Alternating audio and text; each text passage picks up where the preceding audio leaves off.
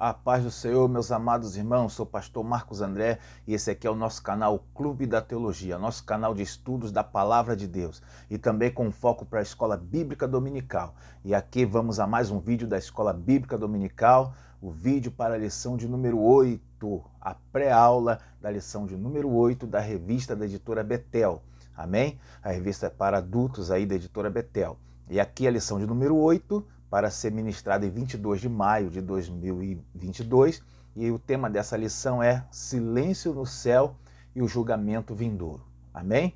Então vamos a mais essa lição. Antes de entrarmos, já te peço, deixa aí o seu like aí no nosso vídeo, compartilhe esse vídeo, ou então faça aí também, se inscreva caso você não seja inscrito, ative aí os sininhos para notificações, para estar assim cooperando com o nosso canal. Eu te peço também, deixa aí um comentário, fale alguma coisa aí sobre a aula, o que achou, tá bom? Mesmo se for crítica, só não faça crítica destrutiva, mas críticas construtivas são ótimas para a gente, amém? Bom, então vamos a essa lição, tá? A lição de número 8, tá? O link para essa lição no nosso blog, o Clube da Teologia, e para o subsídio que eu coloquei lá também, né? Obviamente, eu mando o subsídio, né? Referente a essa lição, diante assim de uma contribuição que os irmãos cooperam aí no canal, tá bom? Um subsídio que eu coloquei, que eu escrevi para essa lição, tá? Então vamos aí, na introdução, meus amados, eu já coloco aí. Então aqui é Silêncio no Céu e o Julgamento Vindouro. Na introdução, separei aí, destaco essa parte que diz assim: os capítulos 4 a 7 do Apocalipse são uma preparação para a abertura do sétimo selo, tá? Então aqui, sobre isso aí, eu até escrevo o seguinte: é interessante termos em mente que esse resumo, no capítulo 4 de Apocalipse, fala da subida de João ao céu, né? Aí o capítulo 5 descreve o livro e o cordeiro digno de abrir o livro. E no capítulo 6, capítulo meia dúzia, ocorre a abertura dos selos. Então a lição vai tratar desse capítulo 8, aonde após a abertura dos selos, né, ali vai ficar faltando o sétimo selo para ser aberto. E ao abrir o sétimo selo, o texto sagrado fala que houve silêncio no céu, e aí vai iniciar o juízo das trombetas, tá? Tudo isso fazendo parte da primeira parte aí da grande tribulação. Então a lição é sobre isso, sobre esse juízo das trombetas, tá bom? Então vamos aí entrar nessa lição, ela é bem interessante, tá? Lembrando que em nome do Senhor Jesus Cristo, nós não estaremos aqui para ver essas coisas, né? Segundo a nossa crença arminiana. Bom, então vamos aí dentro desse tópico 1, e o tema desse tópico é: o juízo é inevitável. Bom, obviamente esse vídeo ele não é longo, é um vídeo curto, né, para uma aula. Eu tenho uns 30 minutos aí no máximo de vídeo, tá? Você pode aprender algo a mais. Lá no subsídio que eu escrevi, eu coloco bem mais conteúdo. Então, você que quiser uma explicação melhor, né, quiser algo mais detalhado, eu posso mandar para você por escrito o arquivo, né, com esse conteúdo, amém? Do nosso subsídio. Bom, então vamos aí no tópico 1, o tema é: o juízo é inevitável. E aí no subtópico 1.1, o tema é silêncio no céu. Bom, aqui separei a parte que diz assim: todo louvor que é característica do céu cessa por quase meia hora. Este silêncio nada tem a ver com a passagem de Isaías 6:8. Bom, então isso aqui, né, o textuário mostra isso, que quando o cordeiro abre o sétimo selo, no capítulo 8 de Apocalipse, a gente vê que todo o céu se cala, né? Há um silêncio por quase meia hora ali no céu, e aí o comentarista está fazendo aqui comentando sobre isso, né? Ele diz que esse silêncio não tem nada a ver com Isaías 6:8. Quando eu peguei e li pela primeira vez assim essa lição, eu achei estranho, né? Não entendi direito, mas é porque quando o Senhor, em Isaías 6:8, aparece um que clama, que o Senhor clama: quem há de ir por nós, né? A quem enviarei? Quem há de ir por nós? e aí o profeta que tinha acabado de ter a visão, tinha acabado de ser tocado com Atenaz, ele fala, eis-me aqui, envia-me a mim. O silêncio que ele se refere aí, provavelmente, é o silêncio de não ter ninguém para quem pudesse ir, né, pelo Senhor. E aí o profeta é o único que responde e fala, eis-me aqui, envia-me a mim, né? Então, provavelmente, é esse silêncio que ele está falando. Não tem nada a ver com o silêncio lá de Apocalipse. E também ele também fala de outro silêncio com a morte de Cristo na cruz. Que silêncio seria esse da morte de Cristo na cruz, né? Quando Jesus ele fala, quando Jesus ele clama ao Pai, né? E fala assim, Senhor, Deus meu, por que me desamparaste? Não há respostas do céu, né? Então ali provavelmente o comentarista está se referindo a este silêncio que se fez no momento da crucificação, quando Jesus clama, né? Bom, então continuando, aí né, nesse subtópico mesmo, eu separei também, destaco essa parte que diz assim, o silêncio aqui fala da perplexidade diante do que está por vir, tá? Significa que o que ocorrerá no mundo será tão sobrenatural, tão terrível, impactante, que até os anjos se calaram. Sobre isso aí, né, até eu faço um comentário. Provavelmente esse silêncio tem o objetivo, né, dentro da profecia, não do escritor, mas dentro da profecia, o silêncio chama a atenção para algo tremendo que vai acontecer, né? Algo terrível, como o comentarista coloca aqui, não é verdade? Então, algo terrível, porque quando derrama o juízo das 7 trombetas, o negócio fica estreito, né? Acontece ali coisas terríveis que nunca aconteceu em toda a humanidade. E a gente vai ver, essa é a característica desse juízo. Por isso, esse silêncio por quase meia hora. Então, separei aí, passando essa parte aqui, vamos para o próximo 1.2, que é o próximo subtópico, e o tema desse subtópico é os juízos serão consecutivos. Bom, sobre isso aí, separei a parte que diz assim, devemos ter em mente que tudo indica que os juízos não serão paralelos, mas consecutivos, ou seja, não vai acontecer ao mesmo tempo, né? Ao mesmo tempo que vai cair uma saraivada de fogo e também um monte no mar, não vai ser o mesmo, vai ser consecutivo, vai ser um após o outro, tá? Não serão paralelos, tá? Então não vai ser tudo de uma vez, a ideia aqui é essa, né? Vai ser um depois do outro. Eu faço um destaque aí também para essa parte que diz assim, ó, vemos Deus trazendo suas mensagens numa sequência de 7 cartas às igrejas da Ásia. Isso logo no começo de Apocalipse. É para mostrar a sequência, né? Aí o comentarista fala sobre essas 7 cartas. O porquê elas estão em Apocalipse? As 7 cartas, elas faziam elas tratam de um assunto pertinente para a época de João, tá? E também para as épocas futuras.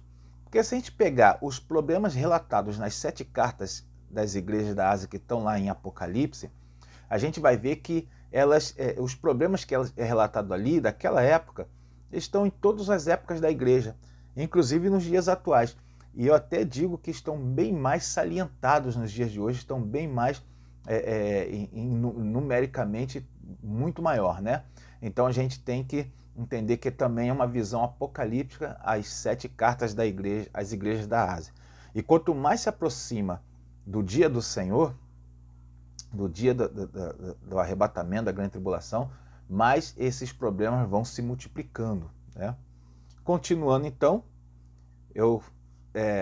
vamos aqui para o próximo subtópico, que é o 1.3, e o tema desse subtópico é a revelação na forma de pretérito.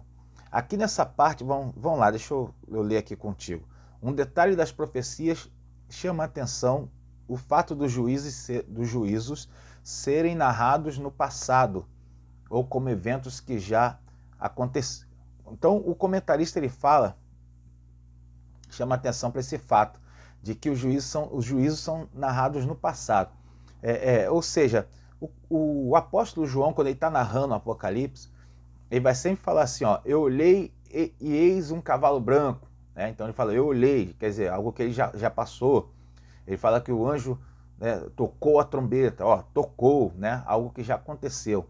Então, por que os juízos são no passado? O comentarista ele vai fazer aqui uma inferência que beira assim uma especulação, né, na verdade. Porque não há nenhuma comprovação de que o que o comentarista vai falar esteja de fato em destaque no texto do Apocalipse. É uma coisa que só o comentarista falou aqui nessa lição, né, de que João usa uma linguagem aqui, que uma linguagem das coisas, falando de coisas futuras, mas narrando no passado.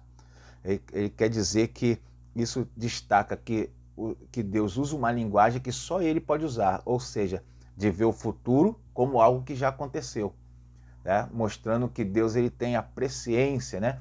E de que tudo que está registrado em Apocalipse de fato vai acontecer, e para Deus é como que já aconteceu, de tão certo que vai acontecer, tá? Bom, que Deus ele já Deus que está narrado na Bíblia é o que de fato vai acontecer, isso nós sabemos, né? Porém, o que os comentaristas chamam a atenção aqui, o que ele faz? Ele força um pouco o texto a dizer uma coisa, né, que é uma verdade, né? De fato é uma verdade, mas o texto não está dizendo isso. Por que João então teria relatado tudo no passado, né? Obviamente porque ele teve a visão e só vai narrar a visão depois, tá? Ele está vendo tudo, ele não está vendo e escrevendo. Agora eu estou vendo o anjo, agora está acontecendo isso, agora está acontecendo aquilo. Ele não faz assim. Ele primeiro está tendo a visão e ao ver tudo, após ter visto toda a visão, aí ele vai relatar tudo que viu. Então quem vai fazer isso, quem vai relatar tudo que viu, vai relatar sempre no passado. Eis que eu vi um anjo, eis que desceu, eis que subiu e tocou a trombeta. Assim, é dessa forma que a gente entende esses fatos narrados no passado.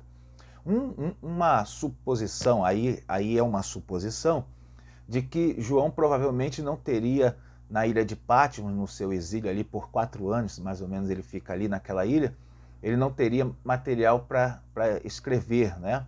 Então, provavelmente após sair da ilha de Patmos é que ele vai registrar todos os fatos que ele viu naquela terrível visão do Apocalipse, tá?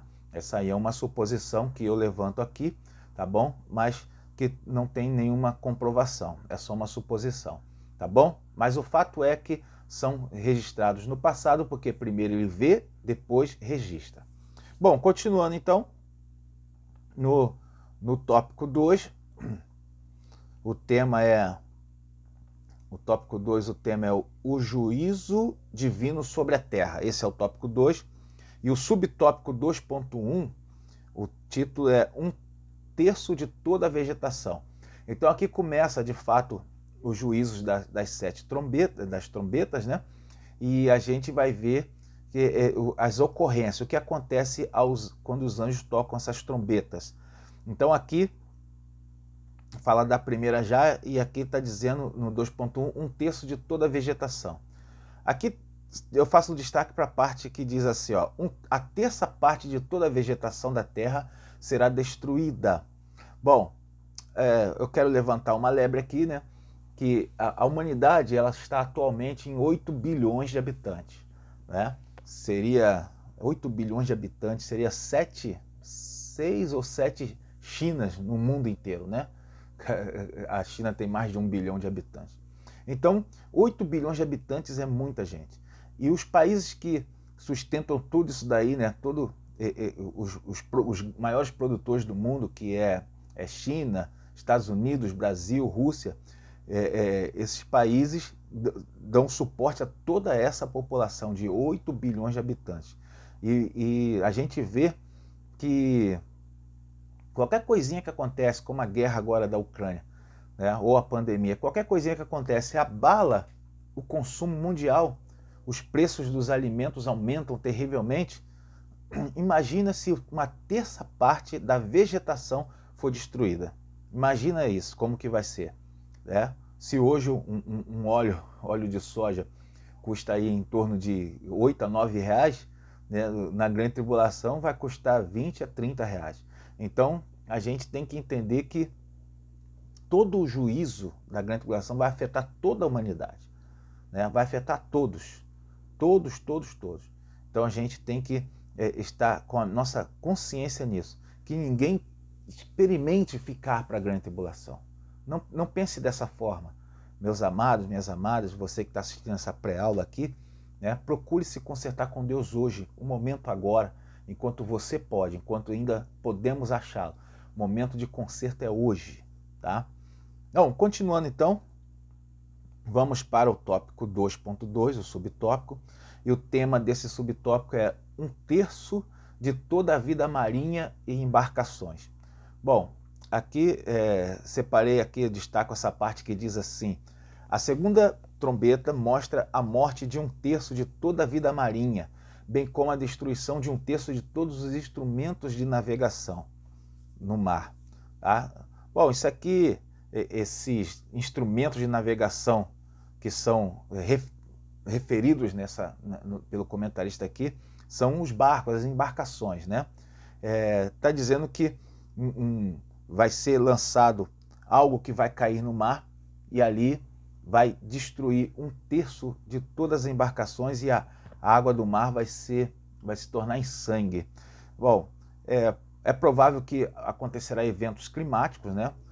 Quando esse objeto, aqui diz que é um monte ardendo em fogo, for lançado no mar, talvez seja um asteroide, né? O comentarista ele fala sobre isso, que é possível que se trate de um asteroide, né? Obviamente, seria um evento catastrófico, né?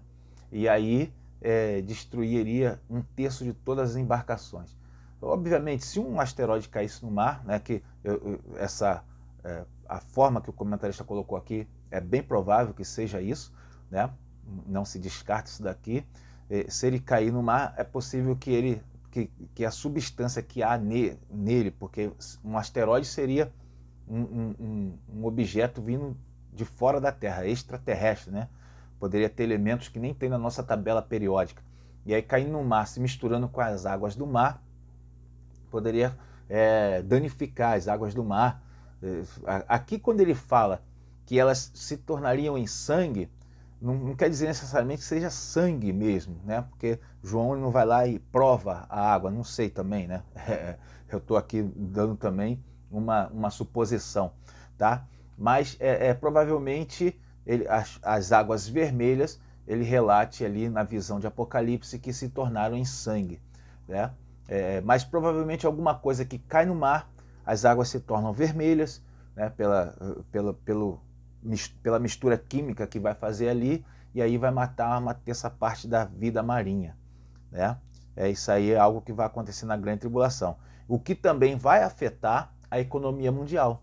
1/3 das embarcações e 1/3 da vida marinha vai se perder, né? Continuando aí, no 2.3, nesse subtópico, o tema desse subtópico é 1/3 de toda a água potável e 1/3 de todos os luminares. Bom, aqui eu separei a parte que diz assim: toda a água potável do planeta se tornará imprópria para beber. Haverá muitas mortes neste tempo por consequência dessas águas.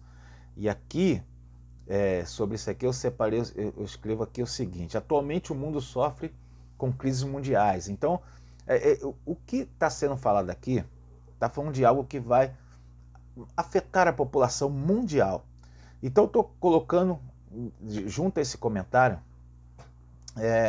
os problemas que a humanidade vive atualmente, como a crise da pandemia, e a guerra, agora a guerra na Ucrânia, essa hepatite misteriosa. Então a gente vê eventos acontecendo a nível mundial, coisas que há alguns anos atrás teve só a Segunda Guerra, né?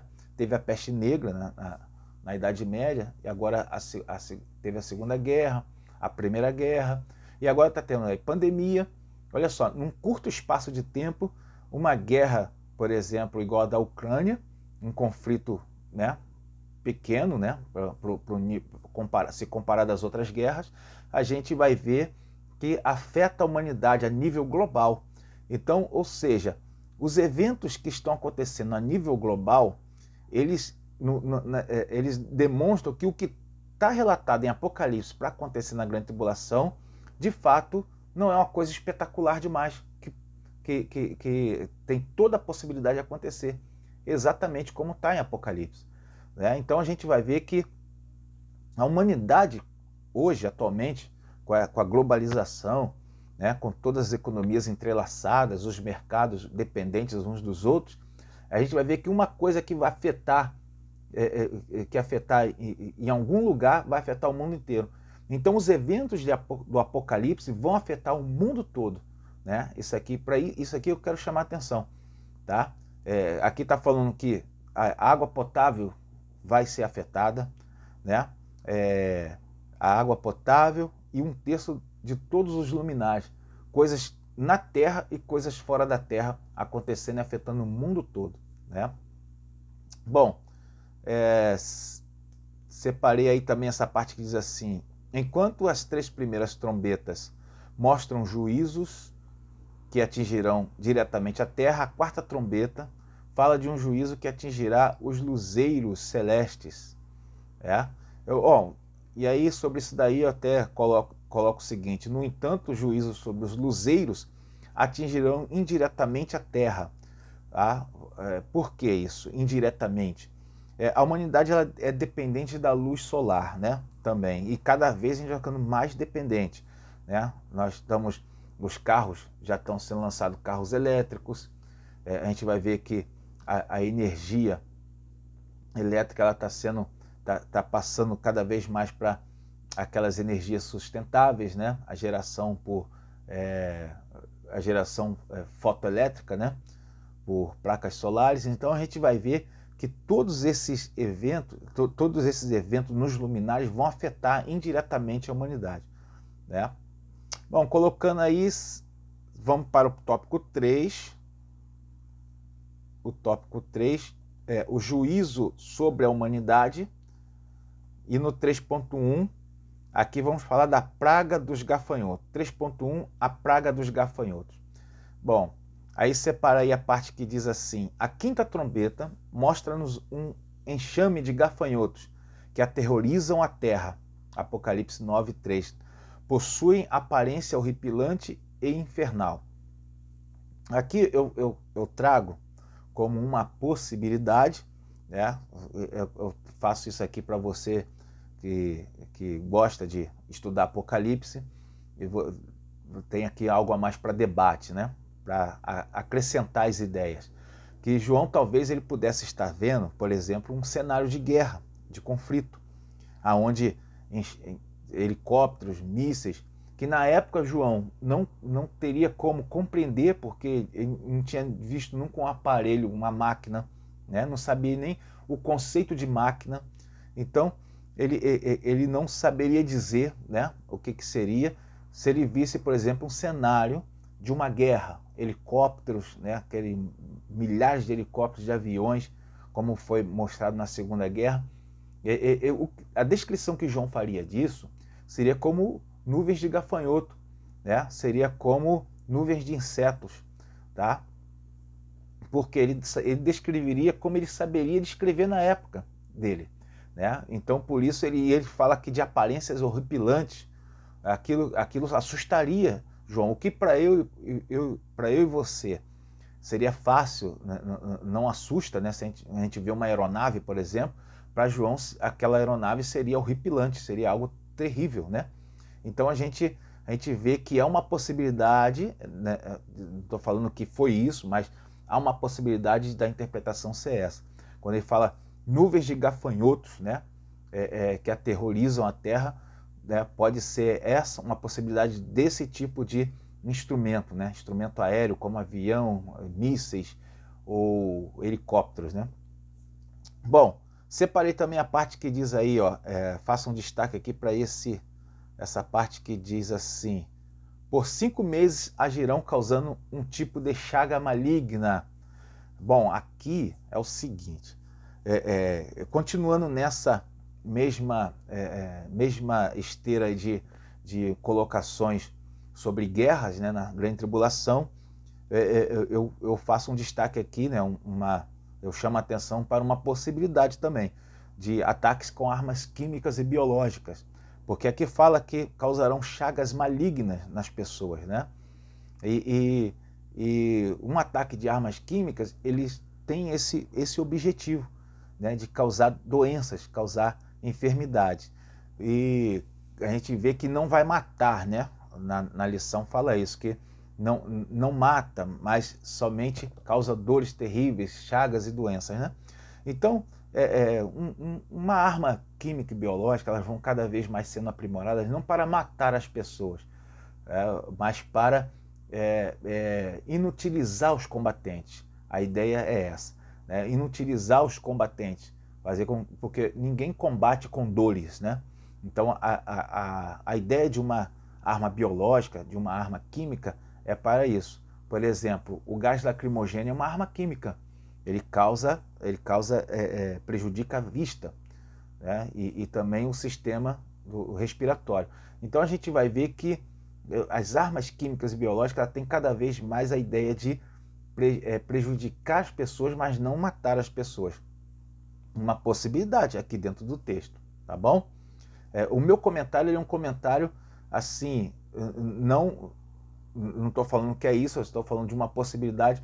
O Apocalipse não tem como a gente definir e falar assim, não, isso aqui vai ser desse jeito. Até mesmo porque ele foi escrito de forma tipológica, figurada, não tem como interpretar literalmente as visões.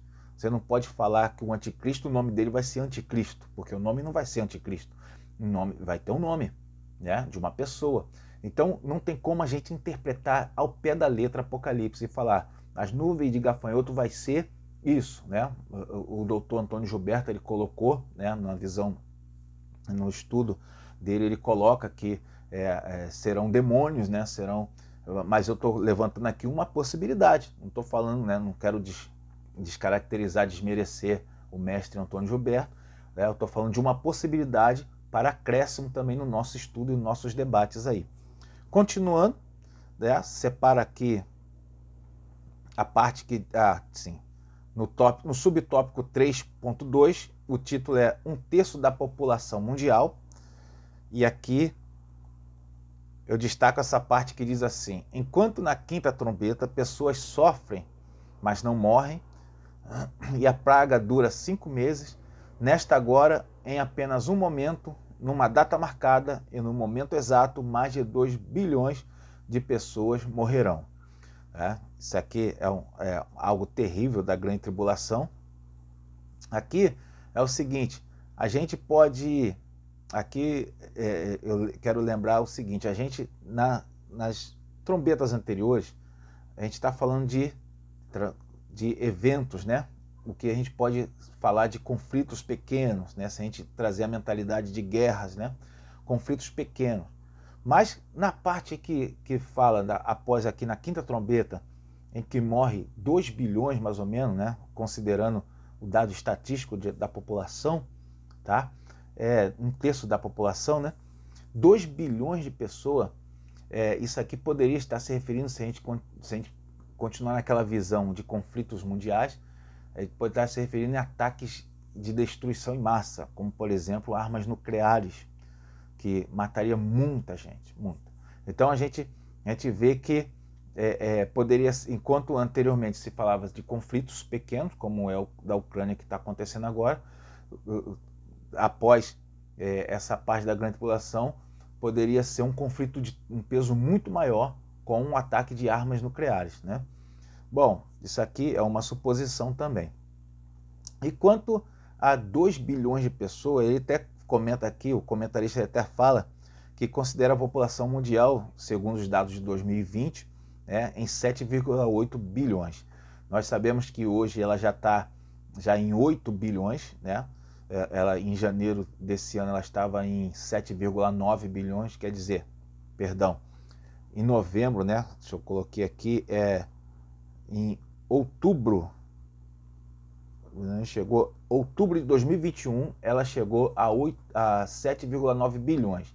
e provavelmente até agora já atingiu aí a casa dos 8 bilhões de habitantes no mundo, tá? É muita gente. Então, por isso, o comentarista ele fala que cerca de 2 bilhões de pessoas morreriam, que seria a terça parte desses 8 bilhões. Para você ver que o negócio vai ser terrível. Então, alguma coisa vai acontecer no período da grande tribulação, em que 1/3 da humanidade vai ser exterminada da Terra. Tá? Continuando aí, não é uma coisa, né, fácil da gente pensar, por isso a minha recomendação nessa pré-aula para você, aluno da escola dominical, você professor, né, procure ensinar os seus alunos que ninguém pense em ficar na grande tribulação. Se você tem algo pendente com Deus que você tem que acertar, faça isso hoje, faça agora. O momento de se consertar com Deus é hoje, tá?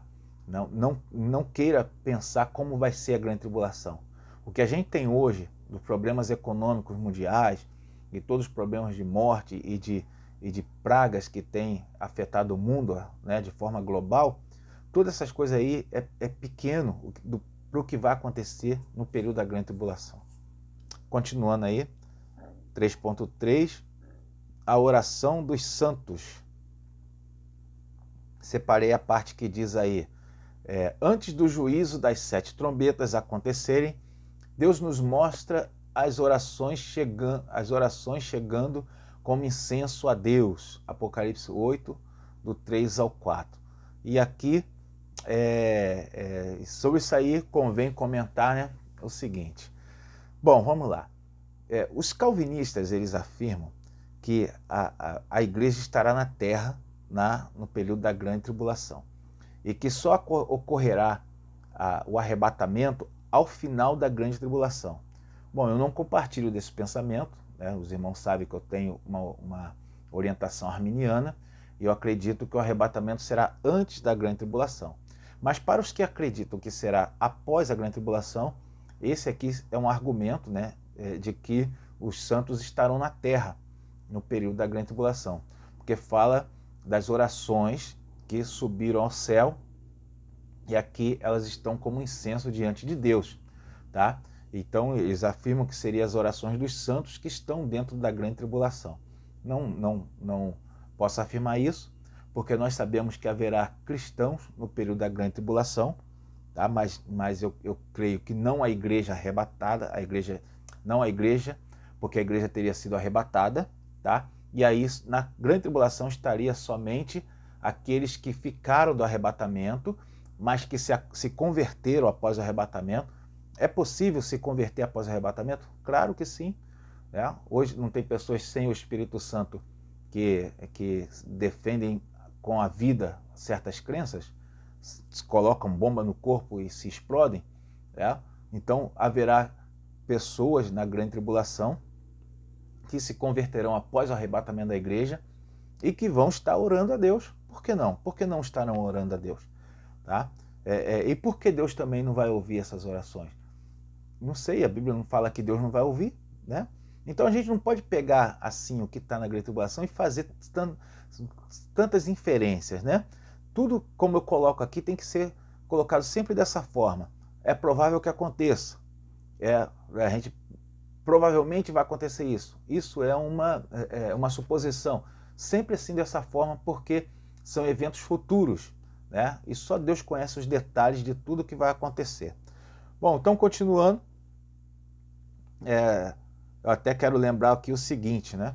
Que a oração, ela é um elemento que desses dias que antecedem aí o arrebatamento da igreja, é um elemento que está ficando cada vez mais raro nas igrejas, né? Além do estudo bíblico, também as orações. O crente ora muito pouco hoje.